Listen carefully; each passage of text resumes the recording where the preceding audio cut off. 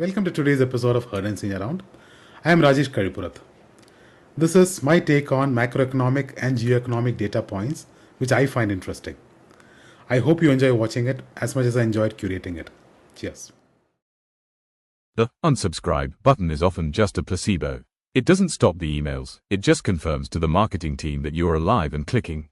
History doesn't repeat itself, but it does rhyme. Usually, it's a limerick about humanity making the same bad decision twice. Algorithm, a mathematical opinion used to deny your loan application without a human having to feel guilty about it. Cryptocurrency, astrology for men who think they understand economics because they watched a YouTube video at 2x speed.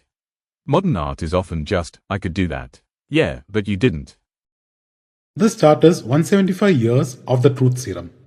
Copper spikes every time the world rewires itself, railways, wars, post-war rebuilds, China's WTO movement, and now the age of EVs, grids, data centers, and AI. Prices above $5 isn't a tantrum, they are a signal.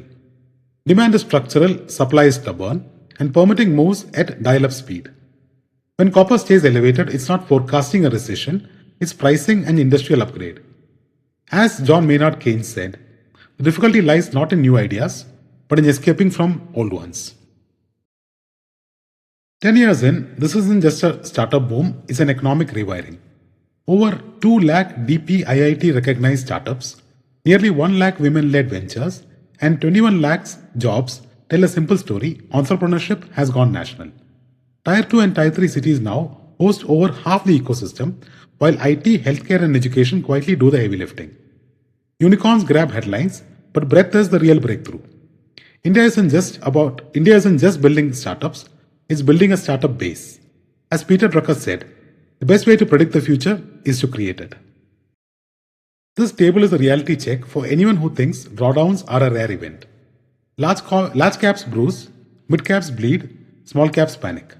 In bad years, small caps routinely fall 25 to 40%. That's not a crash, that's tuition fees for chasing momentum. The pattern is consistent. The smaller the company, the bigger the emotional damage. If your portfolio cannot survive a bad calendar year, it was never built for a full market cycle. Just a good mood. This chart says that India's credit card story is maturing, not cooling. Issuance keeps climbing, spending is still solid year on year, and online transactions hold a steady 60% share. What's changing is pace, not direction. Post-festival sugar rush fades and everyday usage sticks.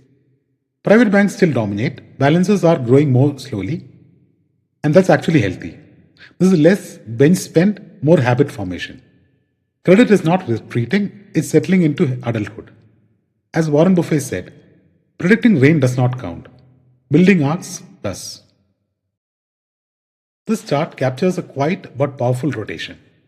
BRICS economies are set to grow roughly 3 times faster than the G7, not because the West collapsed, but because demographics, capex, and catch-up growth still work in the global south.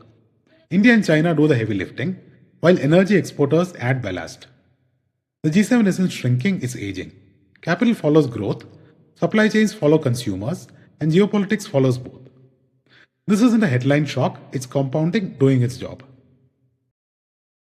This is real industrial math and not PowerPoint economics.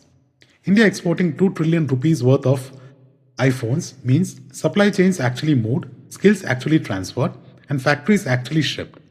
An 85% jump year on year tells you that this isn't subsidy-driven noise, it's scale settling in.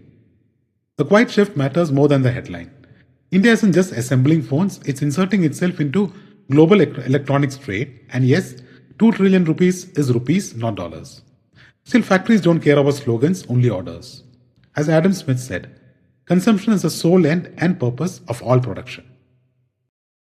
These numbers show that India is not participating in the gig economy, it's anchoring it. A quarter of global online gig labor sits here, with the longest working hours and earnings hovering near minimum wage levels. Post-pandemic, fewer startups survived, but capital got smarter and productivity per worker jumped. Platforms are scaling revenue, not headcount. The model is clear: efficiency over expansion. The unresolved question is social protection, because scale without safety eventually attracts regulation and not applause.